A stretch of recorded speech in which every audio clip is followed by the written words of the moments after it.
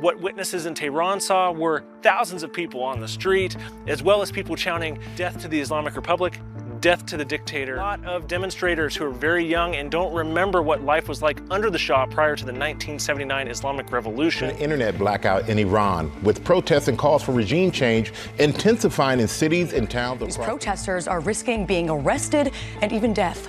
President Trump again saying the U.S. will, quote, hit very hard if Iran's government kills or imprisons people. Now, it's difficult to know exactly what is happening on the ground because of that widespread blackout of internet and phone lines, but already it's been reported that at least 42 people have been killed in these protests, more than 2,000 arrested.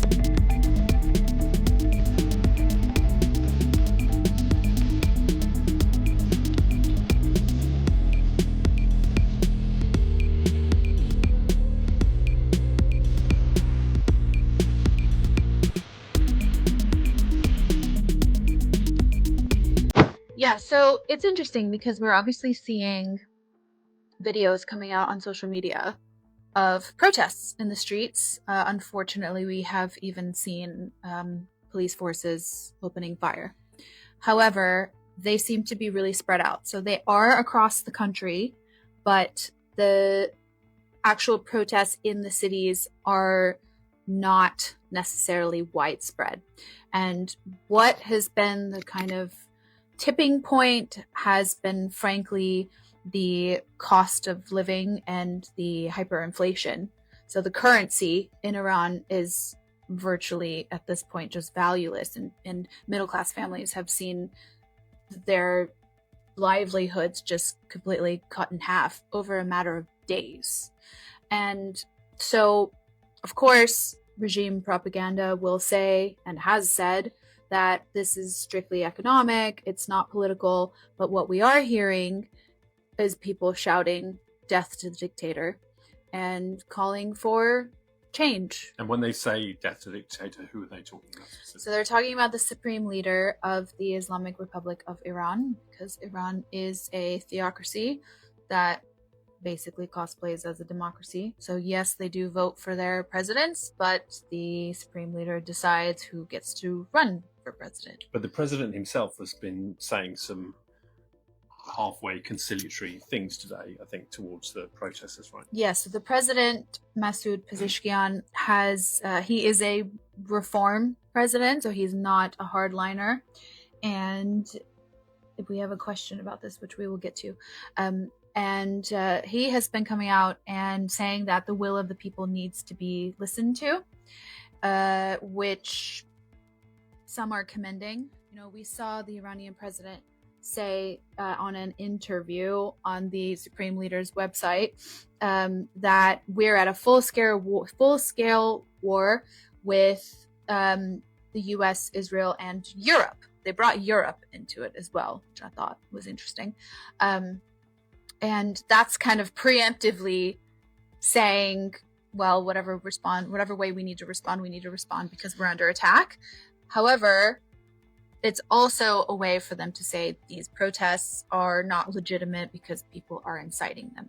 That's not true. We were talking about this earlier, and I was asking you, wouldn't it just be easier for the United States to have regime change in Iran by supporting an uprising rather than by bombing Iran, which is the other thing that's happened this year? Obviously, Israel and the United States have been bombing Iran this year.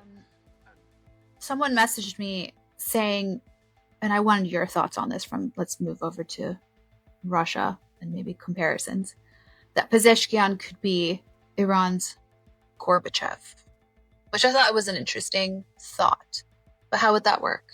Well, it goes to your language about him being a reformer, right?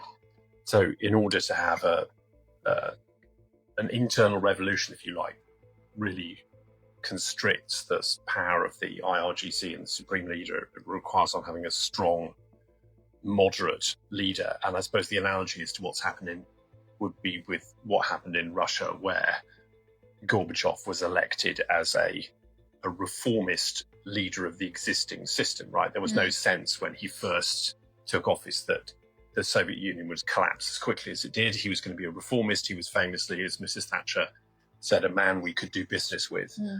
And then that moved very quickly in the space of around 3 years to actually the collapse of the Soviet Union. But I worry because, we talked up when there's been, the Women Life Freedom protests a couple of years ago. I think Iranian opposition leaders outside the country were very optimistic that would lead to the collapse of the Islamic leadership of Iran, and it didn't. And I think it did lead to reforms. It did lead to reforms, but the Islamic part of the leadership, the supreme leader and the IRGC, are very firmly still in place. So I think it's important not to, until there's evidence to the contrary, it's important not to overcook what might happen as a result of this. Would that be fair? Yes. Okay, let's talk about. But I think one final thought on this. It's interesting, to talk to different sources inside Iran, because the ones who have the nuance, you sort of watch the seesaw of emotions. When the bombing was happening in June, when Israel was bombing Iran in June, this one particular source, I was literally watching them go from, how dare they bomb us? What are they thinking? And it kind of created this, not necessarily love of the regime, but there is this sense of sort of nationalism and patriotism that comes out of being literally bombed. Yeah.